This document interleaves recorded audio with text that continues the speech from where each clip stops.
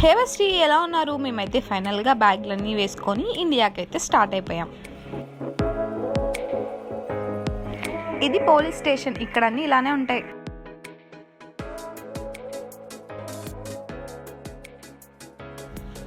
Airport అయితే reach అయిపోయాం, కానీ కొంచెం లేట్ అయింది, ఎందుకంటే లగేజ్ షిఫ్ట్ చేసి రావాలి కదా, సో అందుకని లేట్ అయిపోయాం. సో యాక్చువల్గా మేము చాలా లేట్గా వచ్చాం అనమాట. లేట్గా వచ్చినా సరే లేటెస్ట్గా మధ్యలో దూరేసాం. డ్యూ టు గిరిజా ప్రేమ్ కుమార్ ఏమి ఉండడం వల్ల దూరేసాం మధ్యలో. చికెన్ ఇది చూసారా ఎంత పెద్ద లైన్ ఉందో, వెరీ బిగ్ లైన్. మా ఇద్దరిది కలిపి వేస్తారని ఎక్కువ పెట్టాం, కాకపోతే ఒక దాంట్లో ఓన్లీ 30 kgs ఉండాలంట, సో తీసేయాల్సి వచ్చింది. లేట్ అయిపోయింది. సో మనమైతే పైకి వచ్చేసాం. పైన బోర్డింగ్ టైం ఇచ్చేసారు 2:40కి. ఇప్పుడు టైం వచ్చేసి 2:20 అయింది. But we are still here. చాలా ఎక్సైట్మెంట్ ఫీల్ అవుతున్నాడు మా తమ్ముడు.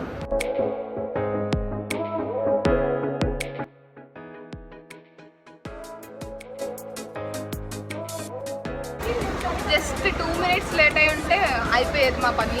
ఇప్పుడు ప్రస్తుతానికి అయితే బస్ ఎక్కాం. బస్ నుంచి ఫ్లైట్కి వెళ్ళాలి. నిజంగా అయిపోయా.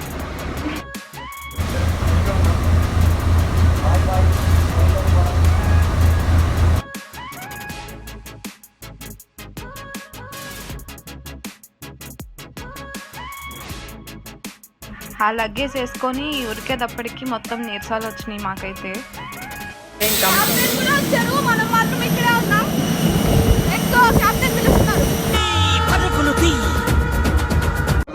సో ఫైనల్గా అయితే ఫ్లైట్ అయితే ఎక్కాం. దేవుడు మా నందు ఉన్నాడు. మా డాడీ టెన్షన్ పాపం, ఫోన్ మీద ఫోన్ మాట్లాడడానికి కూడా టైం లేదు.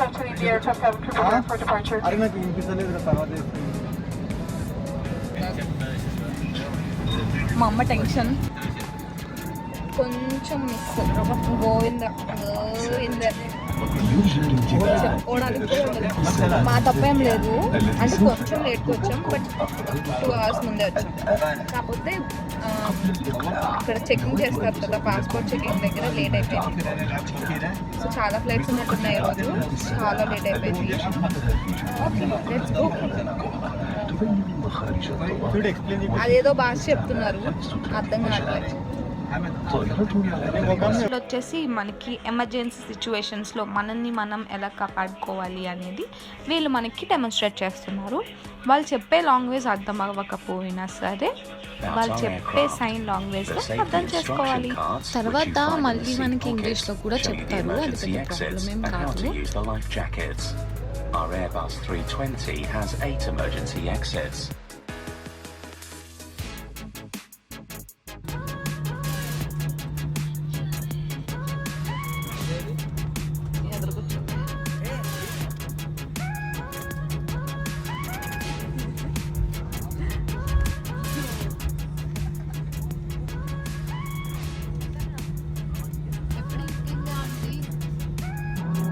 ఫ్లైట్ టేక్ ఆఫ్ అవ్వడానికి టైం పట్టింది. గుండె చల్లు అంట. ఫ్లైట్ ఇలా వెళ్ళట్లేదు. మా తమ్ముడు స్లోగా స్లీప్ వేసేస్తాడు, నాకు అలా నిద్ర పట్టదు. సంక్రాంతి మూవీ అయితే మేము చూస్తున్నాం. అలా మీకే మూవీ ఇష్టమో నాకు చెప్పండి. వెదర్ బాగాలేదు, అందుకనే షేక్ అవుతుంది ఫుల్గా. ఇప్పుడు సినిమాల్లో చూపించే ఈ మేఘ మాలికలు. సో మేము వచ్చేసి ఇప్పుడు కోవైట్ ఎయిర్పోర్ట్లో ఉన్నాం. సో మనకైతే ఇక్కడ పర్టికులర్గా సపరేట్ ప్రేయర్ రూమ్స్ అనేవి ఉన్నాయి, ఎందుకంటే ఇక్కడ వాళ్ళు ఎక్కువ ప్రేయర్ చేసుకుంటారు. వాళ్ళకి కొన్ని టైమింగ్స్ ఉంటాయి, ఈ టైమింగ్స్లో ఖచ్చితంగా ప్రేయర్ చేసుకోవాలి అని ఉంటుంది వాళ్ళకి. సో ప్రేయర్ రూమ్స్ అయితే ఉన్నాయి. అండ్ ఆల్సో ఇక్కడ చూస్తున్నారు కదా, చిన్నవాళ్ళు పెద్దవాళ్ళు అందరూ, లేడీస్ అయితే ఫుల్ గూర్ఖాతోనే ఉన్నారు. జెంట్స్ అయితే చూస్తున్నారు కదా వైట్ కలర్ అదేదో వేసుకున్నారు. అండ్ మోస్ట్లీ అందరూ ఇండియన్స్, అది కూడా మన తెలుగు వాళ్ళే ఎక్కువ ఉన్నారు. ఐ మీన్ వర్క్ చేసే వాళ్ళు నేను అంటుంది, ఇక్కడ ఎయిర్పోర్ట్లో చేసే వాళ్ళు కూడా ఇండియన్స్, తెలుగు వాళ్ళే ఉన్నారు. జజీరా ఇంకోటి వచ్చినట్టు వెళ్తున్నాం. మన ఇండియా లాగా ఎక్కడ పడితే అక్కడ ఛార్జింగ్ పెట్టుకుంటామంటే ఒప్పుకోవట్లేదు, పే చేయాలంట. ఇక్కడ రాసుంది, పే చేస్తే ఛార్జింగ్ పెట్టుకోవాలి. అక్కడ డబ్బులు అడుగుతున్నారు ఛార్జింగ్ పెట్టుకోవడానికి, ఇక్కడ పెట్టుకున్నాం. Indians thing. అండ్ మోస్ట్లీ మన తెలుగు వాళ్ళు ఎక్కువ ఉన్నారు. ఆంటీ చూడండి పూలు పెట్టుకున్నారు. సో బోర్డింగ్ అయితే ఓపెన్ అయిపోయింది, వెళ్దాం. కాసేపట్లో ఇంకో 5 అవర్స్లో హైదరాబాద్ వచ్చేస్తాం.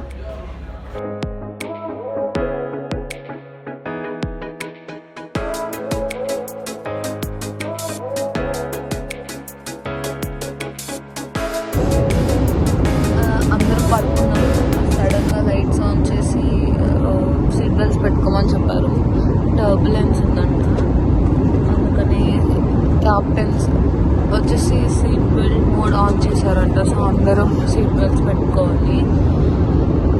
ఓకే, బయట చూద్దాం ఉండండి.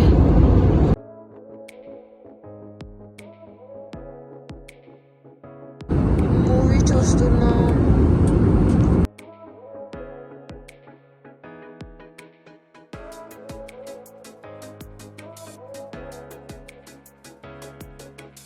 హైదరాబాద్ వచ్చేసాం. ఇండియా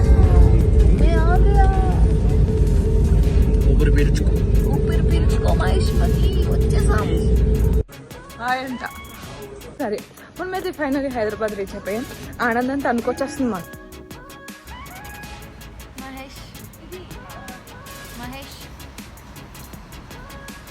ఇక్కడ వచ్చేసి మనకి బస్ ఏ టైంకి వస్తుంది అన్న డీటెయిల్స్ అయితే ఇచ్చారనమాట.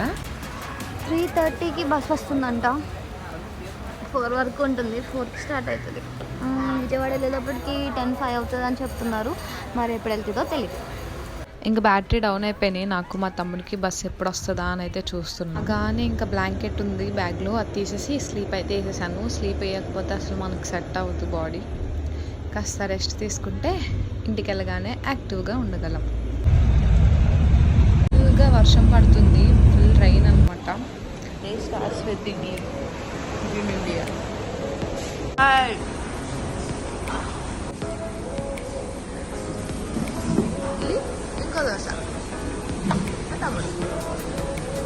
బస్ వచ్చేసి మార్నింగ్ ఒక డాబా దగ్గర ఆపారు. అంటే మేము మార్నింగ్ నుంచి బ్రేక్ఫాస్ట్ ఏం తినలే కదా, డైరెక్ట్ వచ్చేసాం. డాబా దగ్గర అయితే ఫాస్ట్గా వెళ్ళి బ్రేక్ఫాస్ట్ చేసేసి వచ్చేసాం అనమాట. ఇప్పుడు మనం వచ్చేసి విజయవాడ వచ్చాము. విజయవాడ నుంచి ఇంకో బస్సు ఎక్కింది, తణుకు బస్సు. తణుకులో దిగి మళ్ళీ ఇంకో 45 minutes జర్నీ చేస్తే అప్పుడు మనం ఇంటికి వెళ్తాం.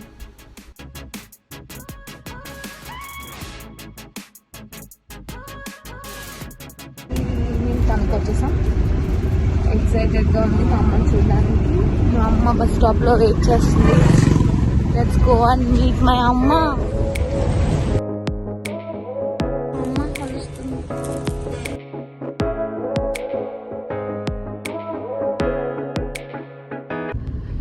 సో టిబ్లిసి టు తణుకు మా జర్నీ ఇలా అయితే జరిగింది.